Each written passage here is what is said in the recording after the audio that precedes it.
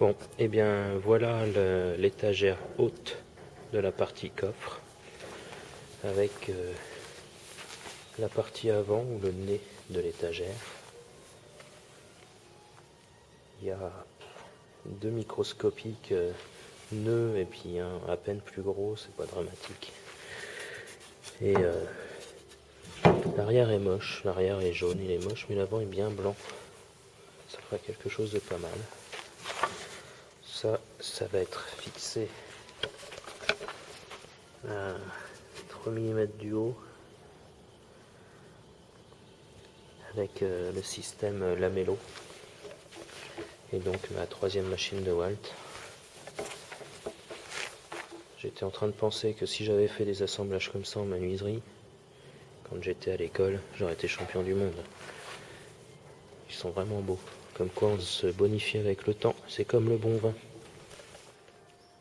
Bon, et bien voilà.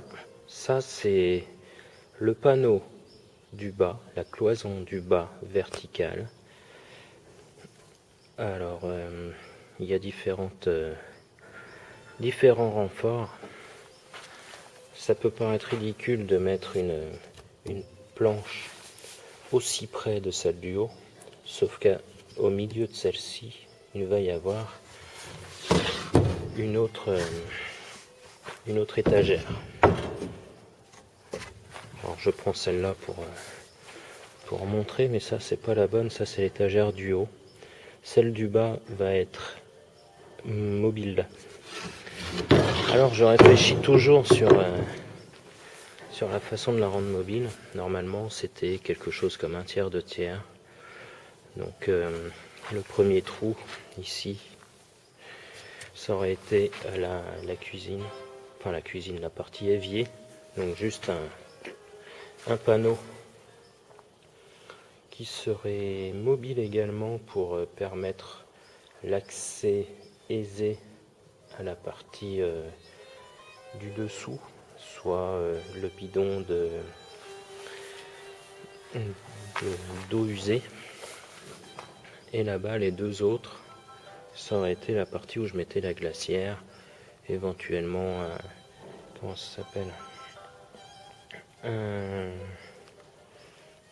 réchaud double, des choses comme ça, avec toujours une partie mobile sur le dessus. Après, je ne mets qu'un tout petit renfort de 6 cm en plein milieu, parce que là, ça joue pas, quoi. Il n'y a pas beaucoup de flexion. Et à savoir qu'il y aura de l'isolant entre les deux, donc le même que celui que j'ai mis sur ce panneau là, soit celui-là. Alors celui-là fait 22 mm d'épaisseur, et ça, comme par hasard, ça fait que 20. Mais ça se ponce relativement facilement, donc alors c'est vrai que de poncer un panneau, ça va retirer un petit peu de capacité thermique, mais alors tellement peu que ça n'a pas une grande importance. Voilà, en prime, pour pallier à la flexibilité éventuelle de ces sections de bois, il ne faut pas oublier qu'il y aura du CP dessous et dessus. Là je vais faire un petit peu de propre et je vais couper un panneau de CP justement, de telle façon à bien voir ce que cela va donner, parce que je peux toujours plaquer un côté à défaut de plaquer les deux, parce qu'il faut que je mette l'isolant, etc., etc., etc. Voilà, la suite au prochain épisode.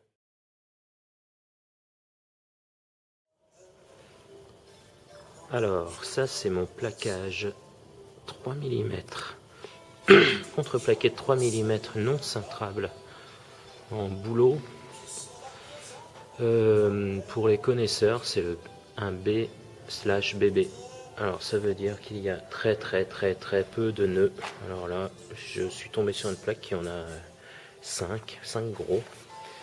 Mais la partie dont je vais me servir va être complètement dépourvue de nœuds. Donc je vais en profiter. Et ma chute, je sais pas encore ce que je vais en faire. mais je regarderai ça plus tard.